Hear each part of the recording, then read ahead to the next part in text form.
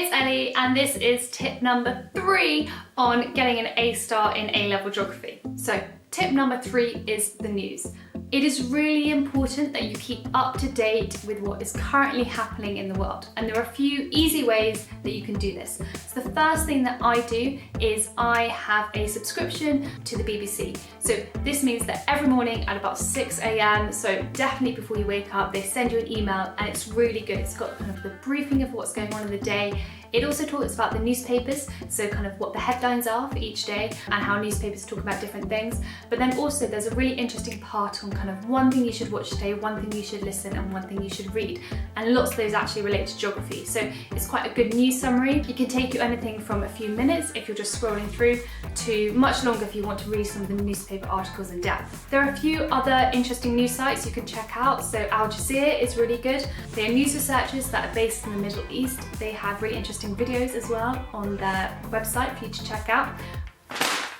So The Economist has so many different articles. It is not just about the economy. Please do not be put off by the name. So I mean, you've got articles on technology, you've got geopolitical articles, and about space explorations, which could link to global commons. What's really good to know with The Economist is that the articles are really interesting. So the articles on the environment, there's a lot of articles on geopolitical issues.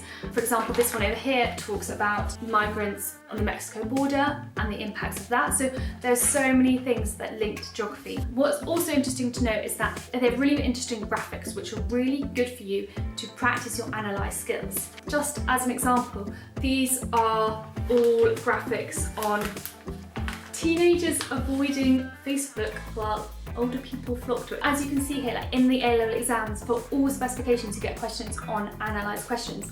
So looking at unfamiliar material, like I've talked about previously in other videos, is really important for you to get your skills. So what you want to do is when you're looking at this data is you want to think about what are the trends, what data could I use, like data manipulation, what percentages or proportions are there, and how do these graphs link? So I think The Economist is really good for practicing those skills. So you kind of get a double whammy. You get subject content, but you also get skills that you can use. However, it is quite expensive. So either you might see one off and think you might want to buy it, or your school library might have a subscription to it, or you might know someone who has a subscription and you can asked to read it after. But yeah, as I said, like it is quite an expensive magazine to have a subscription to. However, it is so good. So The Economist is a really good one to check out. One thing to note that with any newspaper article is to think about, are there any biases with the writing? So just be aware of that when you're reading articles, if there's any slant in them. So that is my third tip,